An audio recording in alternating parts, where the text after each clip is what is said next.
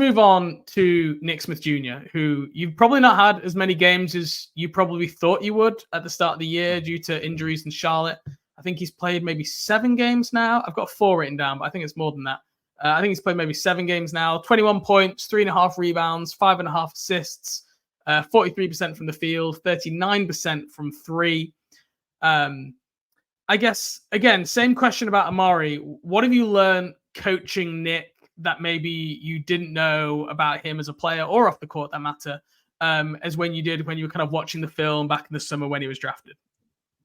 He is a relentless worker and one of the most competitive individuals I've ever been around, which is I've been around a ton of people. Like he is a I don't care what it takes. We are going to win this game type of guy.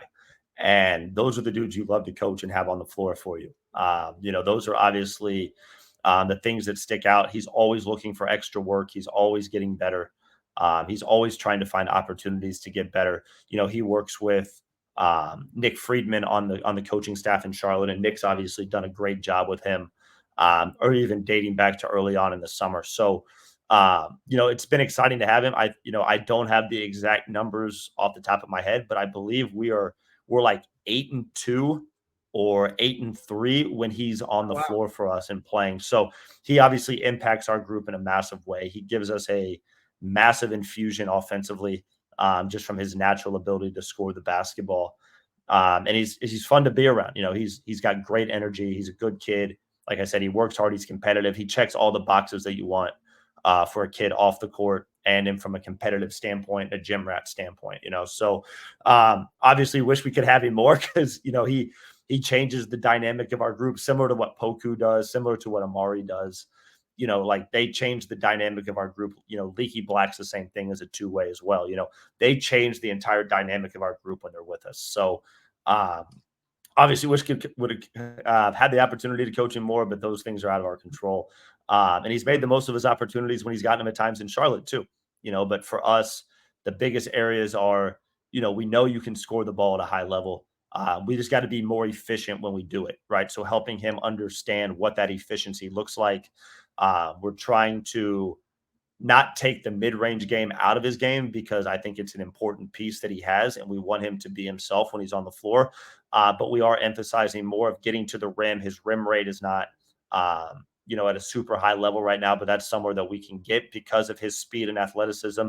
His ability to shoot the 3 is a very natural thing. We've seen that in Charlotte. He can space the floor and he shoots the ball at a high clip. So we're developing, him off the bounce a little bit more, the 1-2 dribble pull-ups off of drags and transition, the step-up pick and rolls where teams are back against him. Like those are the types of shots we're looking at for him to kind of help clean up his efficiency, helping him understand when the mid-range shot is okay and when we want to look for those.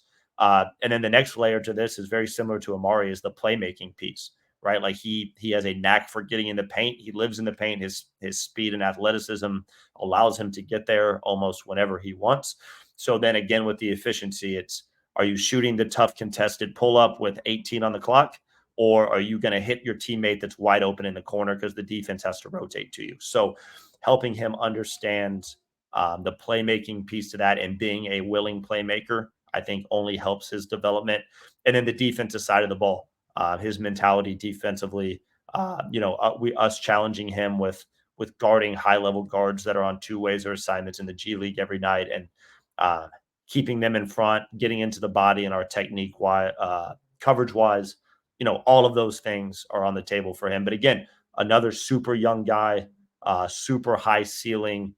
He's a microwave scorer. He can get going. He can miss 1 or 2 and then make 8 in a row, So, it's just helping him clean up the efficiency piece and just some of the decision-making stuff that he can add to his game. And again, very bright future for him. And another young guy that's, in a couple of years, it's going to be really exciting to see where he's at. A couple of follow-ups. I want to ask him a few things. You talked about his 3-point shooting. Both in the NBA, we've seen it, right? The percentage he's at. In the G League, he's at, I believe, 39%.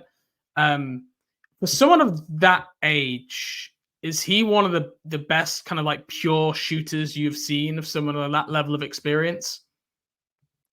I think with that level of experience, yeah. I mean, I think the thing that's different is there's guys that come into this league and they call them like one trick ponies, right? Like that is what they do. They are on the floor and they are there to shoot the ball when they touch it, right? Nate And Darling, right? He'd be sure, that sure. kind of guy, right?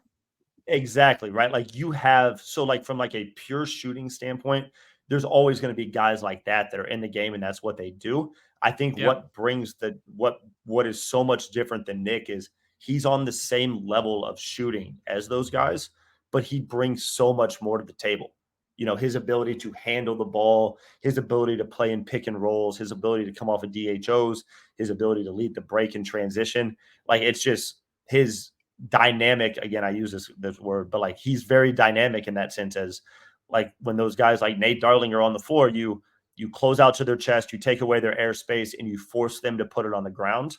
And you feel like most nights, if you do that, you're going to be fine and you're going to take them out of the game. Whereas a Nick Smith, you've got to close out to his chest. You have to take away his airspace because if not, he's a good enough shooter that you're going to pay for it every single time. But now you do that, and now you're letting a guy who's lightning quick, who's super athletic, right? And it just has a natural skill with the handle. Now it turns into blow-bys on closeouts, and now you get to the next layer of his game, which is pretty good, right? So, yeah, I mean, I think that's the biggest thing is, I would agree with you in that sense that he's up there with some of the most skilled shooters I've been around. I would add on that he is much more dynamic than that. I think that is what makes him so intriguing at such a young age is he can do all those other things. And I think, some of the Charlotte Hornets fans maybe haven't watched Green's Transform basketball. They've probably not seen as much as that because when he's in Charlotte, he's played more of a separate role. He's played as a floor spacing two. He's not necessarily, you talk about living in the paint. That's not how I would describe his tape in Charlotte. But if you watch the Greensboro games, it is a different scenario in a different situation. You talked about taking the right mid-range shots. And I was curious as to what the right mid-range shot is. Are we talking like late stage shot clock and that's when it's okay to get to it? I guess what goes into a mid-range shot being the right decision? And it might be more nuanced than you can explain because it's dependent on a whole bunch of things, but are there some kind of like key elements that you look for there? Yeah, so I am not to the far like Houston Rockets side of like no mid range. You think back to like the old Houston Rockets where like it was a sin to shoot a mid range, right? Like Rio I'm Grande Valley not Vipers were yeah, the G-League exactly. testament there, yeah. Yeah, right. So I don't go that far down the spectrum, but I do believe in analytics and quality of shot and all of that. And I think that plays a little bit into it. The other thing that plays into it is who it is, right? The personnel piece, like what does their game look like? And so for me, obviously, I think some of it also has to do with coverages. Like you said, there's like a ton of things that go into it, right? If a team is going to have their 5-man back in the paint in coverage and you're coming off a pick and roll, that mid-range shot that's available with 18 on the clock after the first pick and roll is going to be available with 8 on the clock, right? So I think you can deter away from the early ones. I do think a little bit later in the clock is where you can get to them a little bit more naturally and I think make the most sense. So that's kind of what we preach. The other level is like understanding that, if Nick's made 2 or 3 in a row, right, and he comes off and he's in rhythm and he's made a couple shots, he made a couple threes, he's at the rim, right? That's not always a bad shot early in the clock because he's in rhythm, he's got it going a little bit, he's feeling good. So again, it's so much more circumstantial than what people think. And again, I think that's where, as a player, like we're teaching them how to feel out the game just as much as we are like the technique and nuances of how to actually execute, right? So for Nick, if you come down and we set a drag and you get to the paint, 1 dribble pull up, great. Okay, that's fine. We're not going to overreact to a shot like that. Now, if you come down and you do that 3 or 4 possessions in a row, that's when it's like, all right, hey, like maybe we can find this shot a little bit later. So again, a lot goes into it. Again, with someone like Nick, it's can you get other players involved earlier in the clock, and the ball finds you with 10 on the shot clock. Now that's when you can get to it. Or can we find a catch and shoot 3 somewhere in there because you may be shooting 36% on one dribble pull-ups in the paint, but you're shooting 40% from 3 on catch and shoot. So why not get off the ball? Now you're spacing the floor for us. Now the team shift because we get to the paint. Now the ball finds you. Now you're shooting a higher quality shot at a better percentage a little bit later on, right? So those are the things that we think about when we talk to him. Again, we're not sitting there saying don't take them, but we're helping him feel the game out a little bit more when the good ones are. And you know, because we don't. The last thing I try to do here is obviously we have to structure their play around what we need them to develop on, but we also want them to be themselves too and find the stuff that makes them who they are naturally within the flow of how we're playing and within the development pieces that we are trying to build within their game.